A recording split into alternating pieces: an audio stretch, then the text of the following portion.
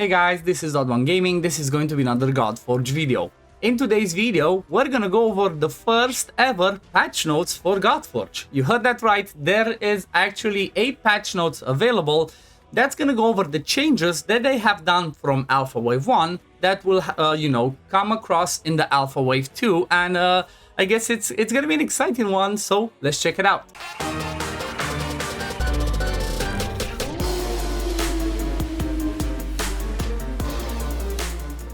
So the patch notes actually appears on a page that's kind of gonna be a system that they will develop as well for the sake of bug reporting, for the sake of FAQs and all of the cool stuff. I might do a separate video going over the FAQs, right? Because we have a list of that as well, but just want to focus on the patch notes today because I'm really excited to see what they have changed, right? So let's start at the top. We even have a name, patch notes version 0.2.21633. It's exciting to see a first patch note. So first at the top, let's see, big changes for Wave 2 at Godforge Alpha. Yes, looking forward to it. Alpha Wave 1 is over and we couldn't be happier with the feedback from all our scions. The feedback collected and experiences shared have been vital to our team, and we are excited for the next wave of science to take on the Caverns of Chaos. Today we have our first patch notes aimed at fixing key points in the experience, improving the balance of some of our heroes, and we have improvements to hero leveling. That's gonna be good. You know, any quality of life is gonna be welcome, even though, keep in mind, it's just alpha, right? So the fact that there's gonna be quality of life already, that's really good news. So first of all, we have hero unbinding. Managing your hero roster can be a challenge, and often you need space to earn those powerful heroes in the caverns. In Alpha Wave 2, we are releasing Hero Unbinding, a system where you can exchange your hero for experience and their spirit form. This system allows you to easily convert unfortunate heroes who don't make the cut in your roster into valuable resources that can empower heroes you want to invest. And as you can see, we have a little GIF over here. It shows them they're selling commons, uncommons, and then you see it gives us experience. You sell rares, you get the spirits. This is really good because as far as I'm aware, there was a limit of 150 slots. So if you're trying to hunt for, more heroes to try and awaken your legendaries, your epics and whatnot, once you hit the cap of 150, it doesn't matter if you had something drop, it would just disappear. So the spirits luckily don't count as part of that space, as far as I'm aware, right? It's 100%, right? It's not gonna count, so this is a good thing, right? Quality of life, just after you do a massive run, just go ahead and be like, boom, boom, boom, sell all these spirits and whatnot. Keep in mind, you still need to keep some if you want to make for higher level fodder, right? If you want to start with a common, you get into a 5-star, so you can 6-star somebody, you still need somebody to use that on. But this is good. It's a first thing, and I like it. Heroes will reward you with their spirit form based on their rarity with, like I say, yep, common 1-star, uncommon 2, rare 3, epic 4, and then unfortunate legendary is 5. Hero will also reward experience scaling on the rank and level they have reached, but be warned, unbinding cannot be undone. So yep, be careful, right? If you accidentally unbind the legendary that you got, you might just have to go and farm again for him in the alpha. Okay, let's moving on. Cavern of Chaos rebalance. The caverns presented some exciting moments, some scary moments, and some unexpected outcomes. Yes, it did. We want to ensure the caverns remain a fun experience, but also present some challenges as you reach the darkest depths. In Alpha 2, enemy heroes have been given new powers and will have increased resistance and accuracy after floor 90. We made this change because we want science to explore greater team building moments and bring buffs and debuffs into their teams. It kind of makes sense because honestly, I kind of seem like if you had like randomly 100 accuracy, you were good on anybody. So it's good to definitely have, that resistance and accuracy to go again, so you can, build high. So you're gonna need to build higher accuracy and resist on yourself to be able to tackle with all these challenges. I like that.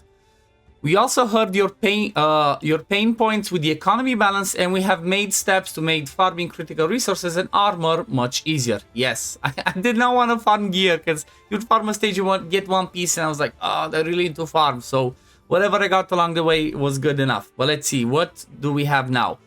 Double Ascension Alchemy Stones across all stages. That's good. I want to see that because it used to be only one and then the Eternal.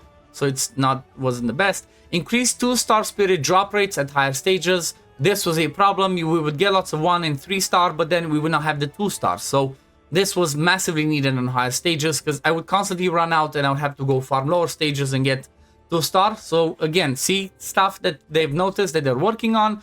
Stages 120 now grant any armor slot with higher quality at higher stages. Perfect for auto farming. Yes, we're going to be farming stage 120 like crazy. Rebalanced ability upgrades for better reward distribution. Okay, that's good. That's good. For those of you who reached the final stages of the Caverns, you may have found our fearsome Fire Drake Fafnir to be a little bit tame. Yes, he was really tame. It felt more like a puppy than actually a dragon. In Alpha Wave 2, we've increased their powers to provide better challenges at stage 150 and 151. We cannot wait to see how your team face off in Wave 2. That's what I want to see, right? I want to see something that's a bit more difficult so that it's going to be fun to test out. Because honestly, as soon as I got to 151, I threw the team. I think it was a bug or whatever. There were some bugs with weapons, but I could just leave the game on to keep doing the same stage for 5 days and I would never die. So, you know, they definitely improved that, so that's good. UI improvements. We heard many of your feedback and bug reports, and we have been working hard to bring the most critical UI improvements for Wave 2. In this update, we heard many of you were struggling with mobile touch points, so we increased all of our UI interactions and buttons. Okay, yep, it's kind of like I think the scroll was a bit, the scrolling bar was a bit too small. This should lead to a much smoother experience when upgrading your heroes. That's good. Probably the most requested feature was the way to see the realm of your heroes in the roster. Yes, we needed to know the realm. We needed to know their faction. We have added a new realm flag to help you guide your quest through the caverns. It's gonna make it easier when you want to go and be like, okay, I need to use only Olympians. Where do I find them? But yeah, that's definitely gonna help. Okay, next one, camera update. I know the camera is always subject of discussion, so let's see what's happening about this. Our battle camera, especially against bosses, were a little too close and tricky to see the action. Our team have been hard at work testing new angles, and we are releasing updated camera angles for all 3 of our camera points. Yes, that's good. We have POV replaces the def, I guess that was the default version, and it's awesome for that truly cinematic experience. Stop is great if you want larger view from a more static angle, and then act replaces the 3/4 camera and is the balance between POV cinematic experience and the top larger view experience. So we kind of have like a little bit of a view. I think this one's yep, this one's the act one. We can see a little bit. It's kind of like, you know, a little bit of a balance. It's the top view, but then sometimes it does show some animations, I think. See, so it's definitely a little bit of change. And let's see what's the next one. Okay, this one's the Act 2 again. See how they look. It like shows a bit of the animations, like the ultimates at least when they do it, but then still sits on this side. This was the POV, right? This is the one that's, if you want to see all the cinematics, it does all the animations and everything. That's the POV now. Looks pretty good. And then obviously the top one, which is just straight up static one. You go ahead, kill it, then move on to the next one. So hopefully people are gonna enjoy it, because I know cameras are always subject of discussion and people were like, you know, either happy or not happy, but most of the time was like, I don't like this, don't like that. So hopefully it looks good now. But yeah, let's see. We're looking forward to everyone's experiencing the new viewpoints, and we continue to learn what science want to see in the battle experience. In battle info, we know going into Alpha Wave 1 that our buffs and debuffs are particularly challenging to read in battle. We have taken strides forward with Wave 2. It was like, yeah, pretty hard because you just had them at the bottom as they show here. Could not tell what happens. So taking strides in Wave 2 with a brand new in-battle info experience. This view can be accessed via the info button in the battle and show a larger viewpoint of the buffs, debuffs, disables you and your foes receive. That's good. I like that.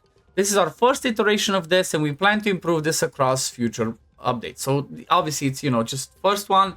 Definitely going to improve on it, so it's good. It's something, right? It's a start, considering again it's an alpha. We have also increased the quality and size of all effects in battle, which will be critical as you face new terrors of the caverns. Yep, definitely need to see what's happening. Bug fixes galore. I like the name of this one. Last and certainly not least, the feedback all science have provided through reporting bugs and issues have been tremendous. We cannot thank the community enough for how passionate they are in helping us deliver the game we want for players. All of your feedback has been received, and whilst we have some bugs remaining, we've fixed over 100 bugs between Alpha Wave 1 and Wave 2. Damn, that's a lot. In particular, bugs related to combat freezes, disables, and locks on Fafnir and Golden Guardian, and many critical performance issues have been addressed, making Alpha Wave 2 experience a more stable and reliable experience.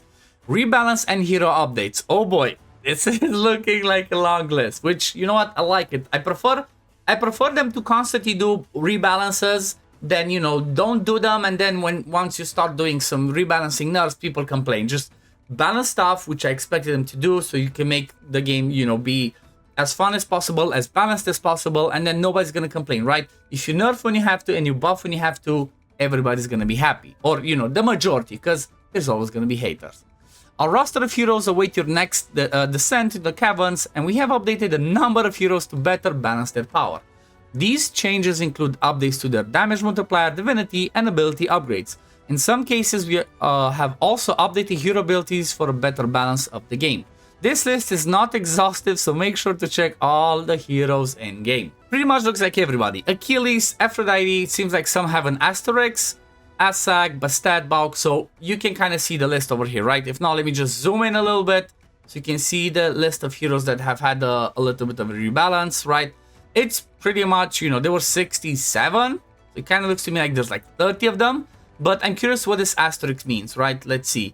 These heroes in particular have received more significant updates to better balance their ability set and to fix game-breaking mechanics that led to a negative player experience. Let me see, is my boy Dracula over here?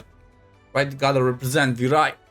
Yes, he did seem a little bit underwhelming with damage, right? Like his bleeds were pretty good, pretty decent for Fafnir, but apart from that, not good enough. So I'm happy to see this. Beowulf, I think, was too busted. Aphrodite was too busted. Hell was broken as well. Shamash was too busted. And Zeus was a bit too busted. So it's good to see, right? It's good to see that some of the ones that seemed a little bit too busted, they're gonna do a big overhaul. So we're gonna have to see how they actually look. But let's continue. Bug fixes. Hero roster promotion upgrading. The following bugs have been fixed. Many passes previously were not working as intended and have been updated. Cooldown bonuses from ability upgrades would not apply to heroes. Hero promotion could fail sometimes and block the player from upgrading heroes. Oh no, that sounds bad. Imprint abilities would not show on hero abilities. Several issues with text description for abilities. Removed an unintended experience where rapid extraction could grant multiple imprints. Added missing awakening bonuses for several heroes. Okay. Battle and rewards. The following bugs have been fixed. Imprints were not working on heroes unless they were awakened. Okay, that was really weird. Never noticed. Lock debuffs could be placed on Fafnir and Golden Guardian, which I guess they shouldn't work. Fafnir and Golden Guardian could lose turn meter and divinity permanently. Damn. Retaliate and counterattack cause the battle to freeze for up to 30 seconds. I've experienced that. Debuffs that cause damage could trigger retaliate and counterattack. Okay.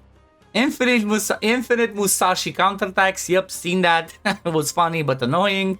On some stages, Isis and Horus would permanently counterattack each other. Yep, that was... I've seen that as well. That was funny. Hercules could never die. That was one of the most annoying one. Acid debuff could reduce your stats instead of the enemy. Shinigami animations were not playing. That was sad that people didn't see that because the Shinigami animations are amazing. Heroes would vanish when some ultimates were cast. Tristan and other heroes would display pink VFX when attacking. That was the meme of the Alpha 1, right?